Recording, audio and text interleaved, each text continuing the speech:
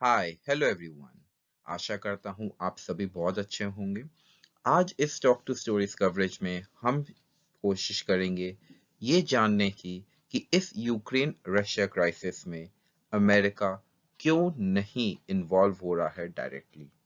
आगे बढ़ने से पहले एक रिक्वेस्ट, अगर आप इस चैनल को का कंटेंट देखते रहे हैं रेगुलरली और आपको अच्छा लगता है तो प्लीज इस चैनल को लाइक शेयर और सब्सक्राइब करिएगा।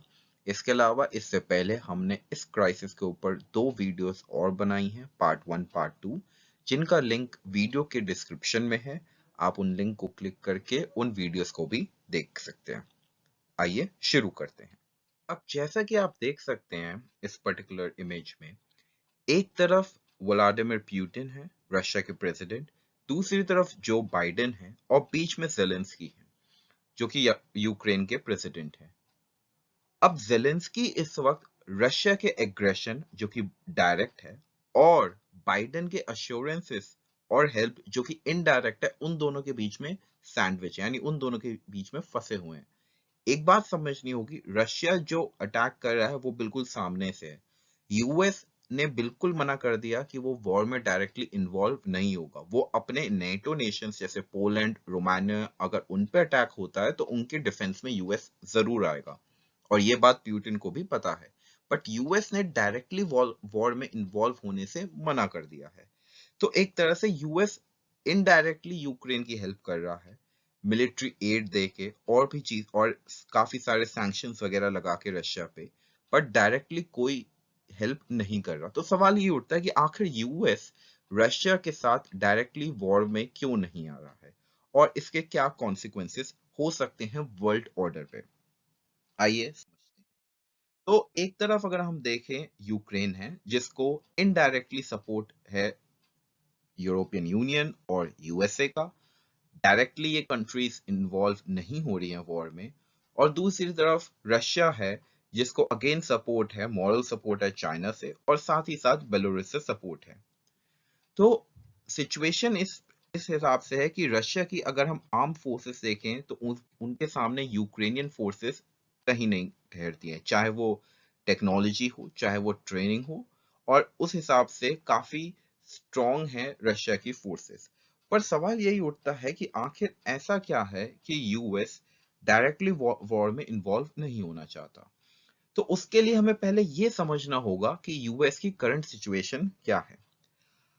अगर हम बात करें कि सपोज करिए कि यूएस आज की डेट में वॉर में उतर जाता है, तो अगर यूएस आज की डेट में वॉर में उतरता है तो एक तरह से वो डायरेक्ट कन्फ्रंटेशन ना केवल रशिया के साथ ले रहा है, बल्कि चाइना भी बाद में कल को वॉर में उतर सकता है। और जब भी कोई वॉर जिसमें इतनी मेजर सुपर पावर्स होती हैं, तो उस वॉर का जो टाइम स्पैन है वो और बढ़ जाता है, क्योंकि हर सुपर पावर के पास, हर पावरफुल कंट्री जैसे यूएस रशिया, उनके पास रिसोर्सेस होते हैं, उनके पास टेक्नोलॉजी होती है, और उनके पास उनके जो मिलिट्री पर्सनल है वो हाईली ट्रेंड होते हैं for such kind of Wars. तो ऐसी वॉर्स के लिए जब इतनी बड़ी सुपर पावर्स इन्वॉल्व होती है तो टाइम स्पैन बढ़ता है। जब टाइम स्पैन वॉर्स का बढ़ता है तो इकोनॉमिक अनसर्टेनिटी बढ़ती है, और इकोनॉमिक अनसर्टेनिटी के साथ साथ आपकी जो इकोनॉमिक लॉस है वो भी बढ़ता है, और इकोनॉमी को डैमेज भी होता है, क्योंकि वॉर के लिए खर्चा तो उठाना ही पड़ता है। अब खर्चे से बात आती है, अगर हम पिछले साल की बात करें या अभी रिसेंटली भी अभी चल ही रहा है कोविड, तो कोविड में यूएस में बहुत सारी कैजुअलिटीज हुई हैं, काफी सारे लोगों की जान चली गई थी। और इसी के साथ साथ इकोनॉमी भी काफी बैडली हिट हुई थी, खास तौर में जो स्मॉल एंड मीडियम एंटरप्राइजेस हैं। अब यूएस ने या प्रेसिडेंट बाइडेन ने इकोनॉमी को देखते हुए इकोनॉमिक रिलीफ पैकेज अनाउंस करा, और उस रिलीफ पैकेज की टोटल वैल्यू थी 2.3 ट्रिलियन यूएस डॉलर्स। अब आप सोचेंगे कितना बड़ा है ये। इतना बड़ा है कि इंडिया की इकोनॉमी इस वक्त 2.5 ट्रिलियन यूएस डॉलर्स है अप्रोक्सीमेटली, और यूएस के प्रेसिडेंट ने 2.3 ट्रिलियन डॉलर का सिर्फ कोविड 19 स्टिमुलस पैकेज लॉन्च करा है। तो ये वाकई में अपने आप में बहुत बड़ा पैकेज है। अब जब इतना बड़ा पैकेज आप लॉन्च करेंगे तो नेचुरल सी बात है कि आपके जो कॉफर्स है, जो आपका खजाना है, वो खाली होगा। और इसका इम्पैक्ट ये होगा कि अगर आज यूएस वॉर में जाना चाहता है तो उसको ज्यादा पैसे भी छापने पड़ सकते हैं, और साथ ही साथ उसके जो फिजिकल डेफिसिट है या फिर उसकी जो फाइनेंशियल पोजीशन है उस पे भी बहुत इम्पैक्ट आएगा, क्योंकि खर्चा उठाना है यूएस को। और एक चीज हमें ये भी समझनी होगी कि प्रेसिडेंट बाइडेन की जो करंट रेटिंग्स है वो काफी नीचे गिर गई हैं। उनकी अप्रूवल रेटिंग्स काफी दिन पर दिन नीचे जा रही हैं, जो कि उनके लिए भी बहुत अच्छा नहीं है। इसके अलावा एक चीज हमें और समझनी होगी कि अफगानिस्तान में जिस हिसाब से यूएस बाहर निकला था, वो हर कोई उस डिसीजन को क्वेश्चन नहीं करता, बट हर कोई इस बात को क्वेश्चन करता है कि वो वे जो था, जिस हिसाब से एक पैनिक वे में यूएस आर्मी अफगानिस्तान से निकली थी, वो काफी बड़ा क्वेश्चन उठाता है प्रेसिडेंट बाइडेन पर। तो इसीलिए ये सब चीजों को देखते हुए प्रेसिडेंट बाइडेन की भी अप्रूवल रेटिंग डाउन है। तो एक चीज, पहली बात खर्चा वॉर का, दूसरी बात रेटिंग्स बहुत डाउन है, और इकोनॉमिक इम्पैक्ट भी इस चीज का यूएस पे पड़ेगा। इसके अलावा हमें एक चीज और समझनी होगी कि इस वक्त करंटली हो ये रहा है कि यूएस में महंगाई बहुत है। और महंगाई बहुत है तो उसका कारण ये है कि तेल, गैस, इन सब चीजों के दाम बहुत बढ़े हैं, कॉमोडिटी प्राइसेस बहुत ज्यादा है, कॉमोडिटीज के जो प्राइसेस हैं। और यूएस में इस वक्त लोग इन्फ्लेशन से बहुत परेशान हैं, यानी महंगाई से।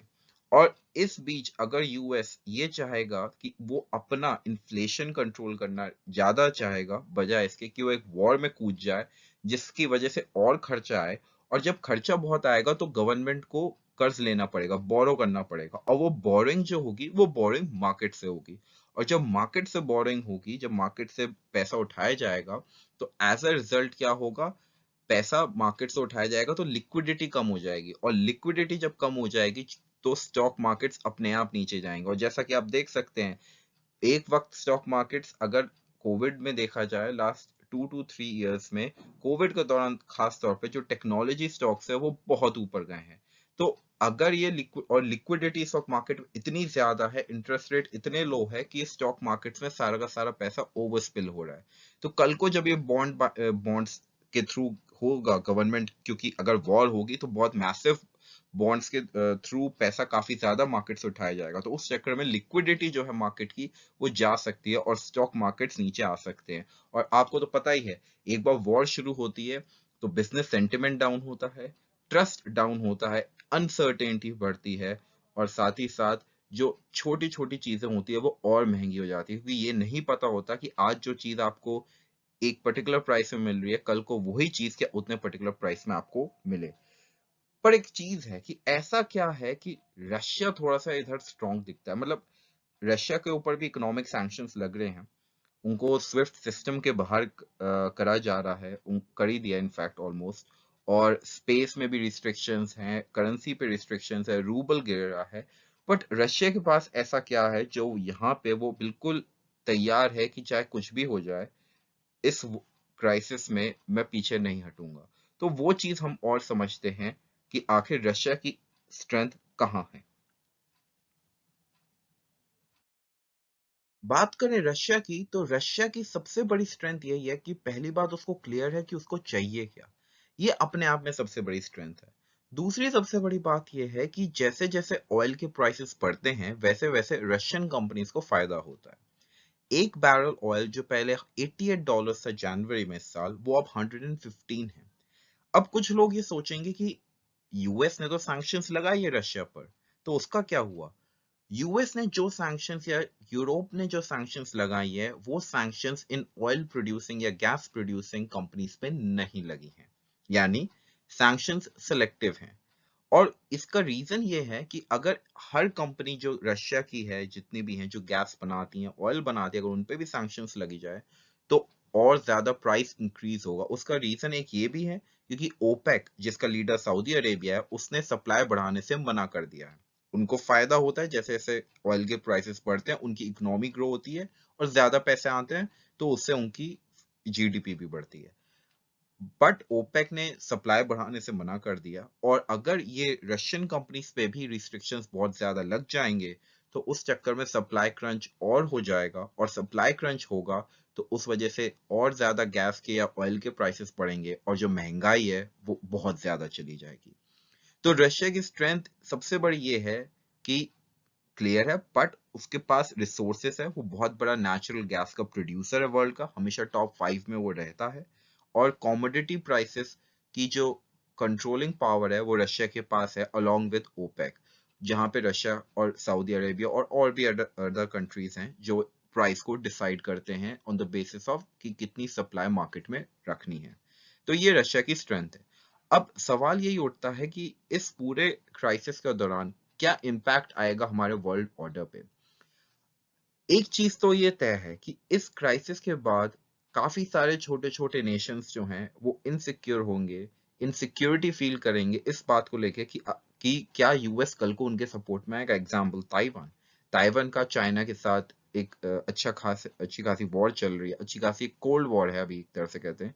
डिफरेंसेस हैं और ये हो सकता है चाइना कल को डिफरेंसेस की वजह से यूएस सपोर्ट में आए या ना आए ताइवान को, वो एक अपने आप में बहुत बड़ा क्वेश्चन है। तो ये भी हो सकता है कि वर्ल्ड ऑर्डर जो है वो रीडिफाइन हो रहा है एक तरह से। ये रियलाइज करा जा रहा है कि सिर्फ यूएस ही सब कुछ नहीं है। और शायद ये बहुत पहले लॉन्ग ड्यू, हम अक्सर कहते हैं कि it is a multipolar world, but उस चीज को इन टर्म्स ऑफ वॉर कभी क्या कहते हैं सोचा नहीं था कि देखना होगा। बट अनफॉर्चुनेटली इस वॉर के थ्रू ये रियलाइज करा दिया पुतिन ने कि रशिया भी एक बहुत बड़ी पावर है, वो आज भी काफी स्ट्रांग है और बहुत क्लियर है कि उसको क्या चाहिए। तो इसी चीज को देखते हुए अब एक सवाल और है जो बहुत इंपॉर्टेंट है कि यूक्रेन का क्या। तो आइए जानते हैं कि क्या यूक्रेन नेक्स्ट सीरिया हो सकता है। सो यूक्रेन क्या नेक्स्ट सीरिया बन सकता है। सीरिया में आपको पता है कि अभी कुछ दो फैक्शंस हैं, एक तरफ गवर्नमेंट है, दूसरी तरफ गवर्नमेंट को जो अपोज कर रहे हैं रिबेल्स है वो है। यूक्रेन में भी शायद ऐसा हो सकता है कि ये वॉर अगर ऐसे नहीं रुकी तो आने वाले टाइम में एक वक्त ऐसा आएगा कि एक तरफ रशिया होगी, उसके साथ उसकी सारी फोर्सेस होंगे और दूसरी तरफ रिबेल होंगे। अब ये जो रिबेल्स होंगे ये यूक्रेन के सपोर्टर्स होंगे और इन रिबेल्स को सपोर्ट वेस्टर्न नेशंस के थ्रू थ्रू इनडायरेक्टली करा जा सकता है।